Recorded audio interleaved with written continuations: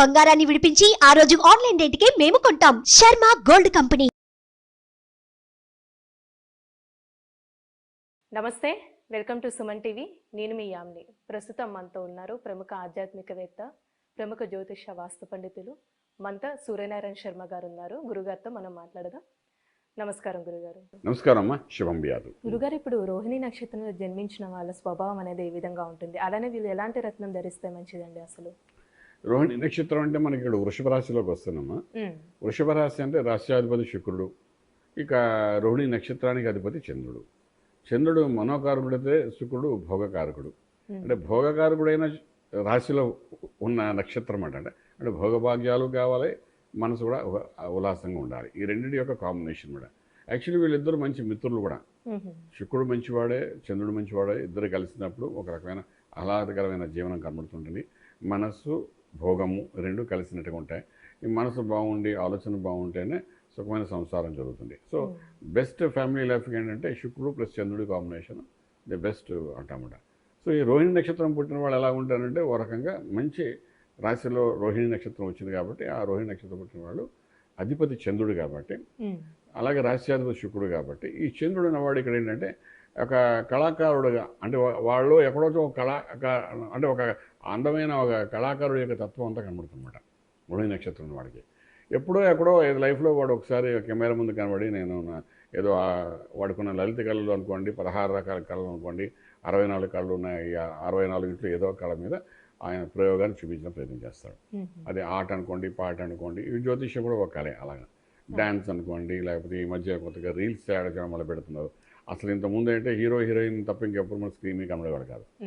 ఇప్పుడు వీధిలో ఉన్న ఇంట్లో ఉన్న పిల్లలు, చిన్నపిల్లల దగ్గర నుండి ఇంత చిన్నపిల్లల బొడ్డుగాళ్ళ దగ్గర నుండి రీల్స్ వేసేసి ఆటలు పాటలు డ్యాన్స్లు అని చూపిస్తాం. అంటే ఏంటి, ఆ లోపల ఉన్న ఆ కళ బయటకు వస్తుంది, టాలెంట్.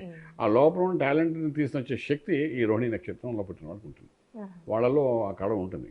కొంచెంగా అందంగా ఉంటారు, కొంచెం అట్రాక్టివ్గా ఉంటారు. అది కాకుండా వాళ్ళ మాటల్లో కానీ మనసులో కానీ అంటే ట్రాన్స్పరెంట్గా ఉంటారు. వాళ్ళు ఎక్కువ నెగిటివ్ ఎనర్జీ ఫామ్ చేయరు. అంటే తప్పుగా అనుకోవడం అవతల వాళ్ళ గురించి కానీ, చెడుగా ఊహించుకోవడం కానీ అట్లా ఉండదు. వాళ్ళు ఎక్కువగా డెఫినెట్గా వాళ్ళొక ఏం గోల్ సెట్ చేసుకుని అది ఎలాగైనా సాధించి ముందుకు వెళ్ళడానికి చేసే ప్రయత్నంలో ఉంటారన్నమాట.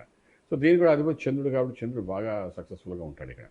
ఇక్కడ కారణం ఏంటంటే ఈయన ఒక ఆలోచన పెడితే రోహిణి నక్షత్రం వాళ్ళు ఆ రాశ్యాధిపతి శుక్రుడిని దాన్ని ఇంప్లిమెంట్ చేయడం ప్రయత్నం చేస్తారు.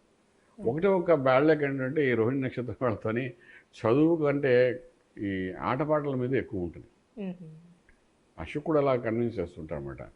దాంట్లో ఒక ఉత్సాహాన్ని చూపిస్తూ ఉంటారు అనమాట.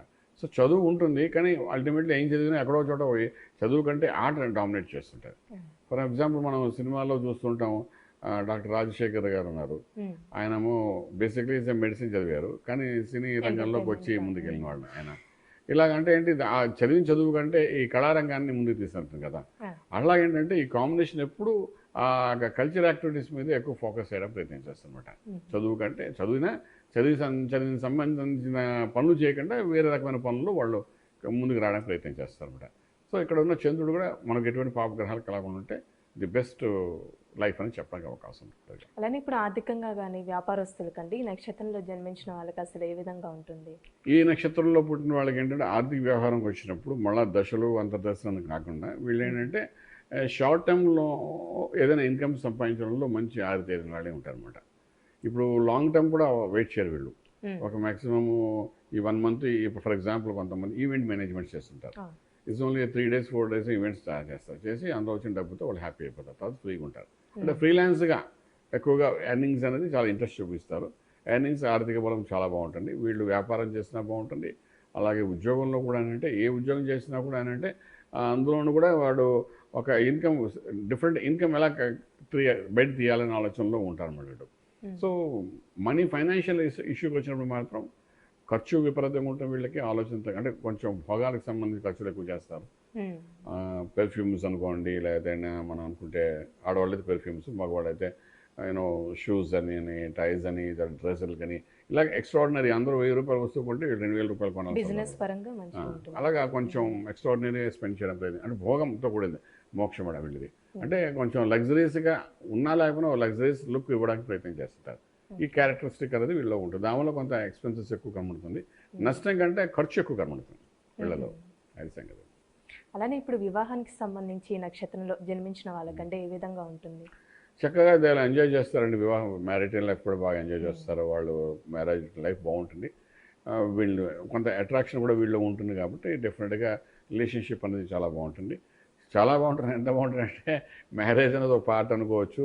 లైఫ్లో అదర్ రిలేషన్స్ కూడా డెవలప్ చేయడానికి ప్రయత్నం చేస్తుంటారు. ఎందుకంటే కొంచెం కళగా ఉంటారు మనిషి. కొంచెం అట్రాక్షన్ అంటే హ్యాపీనెస్ అనేది వీళ్ళు ఒకే దాంట్లోనే వెతుక్కునేటట్టుగా ఉండరు 90%.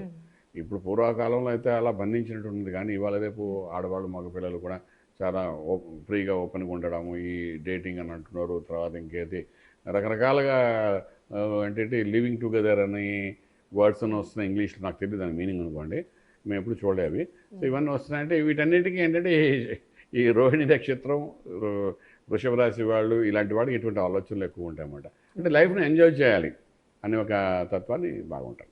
అలానే ఇప్పుడు రాజకీయ నాయకులు కండి నక్షత్రంలో జన్మించిన వాళ్ళకి అసలు వాళ్ళ పదవి అసలు ఏ విధంగా ఉంటుంది? బాగుంటుందండి. ఇప్పుడు ఫర్ ఎగ్జాంపుల్ మనకు కొంతమంది ఉన్నారండి, వాళ్ళు మాటల్లోనే మనకు ఈయన ఖచ్చితంగా అద్భుతమైన నాయకుడు అని చెప్పడానికి అవకాశం ఉంటుంది.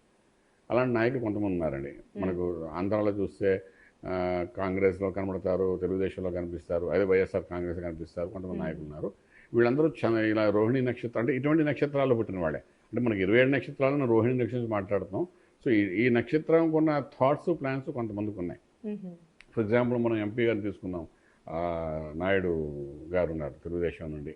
ఆయన పేరు ఏంటంటే రామ్మోహన్ నాయుడు. పార్లమెంట్లో మాట్లాడుతుంటే ఒక మంచి లీడర్ మాట్లాడుతుంటే అనిపిస్తుంది. అలాగే వైఎస్ఆర్సీపీ నుండి భరత్ రాజమండ్రి ఆయన చూడండి, ఆయన ఎంపీ అని మాట్లాడుతుంటే ఏదో ఈజ్ కరెక్ట్ పర్సన్ టు సొసైటీకి ఒక మంచి వ్యక్తిలా కనబడుతుంటారు. సో ఇవన్నీ ఎలా కనబడుతున్నాయంటే ఇలాంటి నక్షత్రాల్లో పుట్టిన వాళ్ళు, ఇలాంటి నక్షత్రంలోనే ఒక బలాన్ని పెంచుకునే వాళ్ళు, వీళ్ళంతా జోవియల్గా ఉంటూ పర్ఫెక్ట్గా ఏం చెప్పాలో చెప్పడానికి ఓపెన్గా చెప్తారు. వీళ్ళు చెప్పడం వల్ల వీళ్ళు గొప్పతనం పెరిగిపోతుంది, వీళ్ళ ఐడెంటిటీ పెరిగిపోతుంది అన్నమాట. సో వీళ్ళు చాలా బాగా రాణిస్తారు, రాజకీయంగా రాణిస్తారు.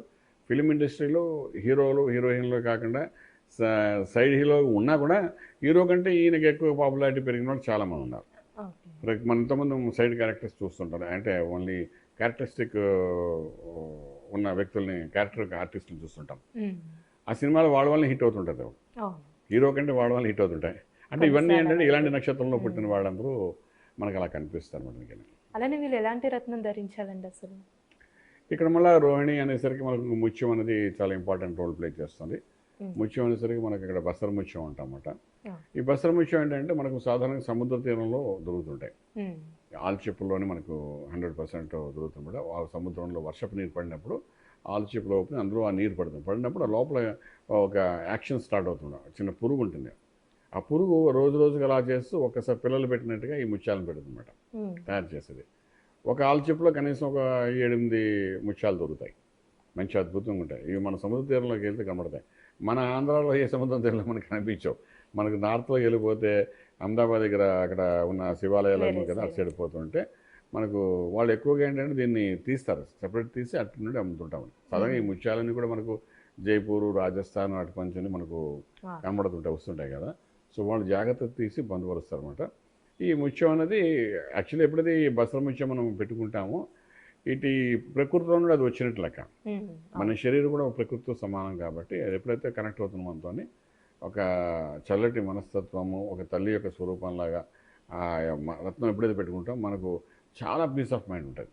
నేచురల్గా అంటే డైల్యూట్ అవుతుంది. ఎంత సమస్య అయినా ఈ ముత్యం పెట్టుకుంటే వెంటనే ఏంటంటే సమస్యకి పరిష్కార మార్గం ఎక్కడో చోట కనబడుతుంటాయి. ఎంత మేజరు అంటే ఒక వ్యక్తి ఒక జైల్లోకి వెళ్ళిపోయేంత పరిస్థితి ఉన్నా కూడా ఈ ముత్యం పెట్టుకుంటే ఏంటంటే ఒక్కొక్కసారి అందులోకి వెళ్ళినా ఎలా బయటకు రావాలని సునాయాసంగా రావడము, డైల్యూట్ ఎలాగవుతుంది, ఎలా ఏ తప్పు లేకుండా బయటకు వచ్చడం అన్నంత వరకు అది పనిచేస్తుంది అన్నమాట. సో దీనికి సంబంధించి మంత్రం కూడా చదువుకోమని చెప్తాను రత్నంతో పాటు. సో అలా చదువుకుని ఎప్పుడైతే వెళ్తారో చాలా మేజర్ ఇష్యూస్ నుండి బయటపడడానికి అవకాశం ఉంటుంది. చాలా చక్కగా తెలియజేస్తారండి, ధన్యవాదాలు. శుభం బియాదు. చూసారు కదండి, రోహిణి నక్షత్రం వాళ్ళు ఎలాంటి రత్నం ధరించాలి గురువుగారు మనకి తెలియజేశారు కదా. అలానే మీరు గురువుగారిని సంప్రదించాలి అనుకుంటే స్క్రీన్ మీద కనిపిస్తున్న నెంబర్కి కాల్ చేసి గురువుగారి అపాయింట్మెంట్ అనేది తీసుకోవచ్చు. ఇలాంటి మంచి వీడియోస్తో మరి మీ ముందుంటాను. ధన్యవాదాలు.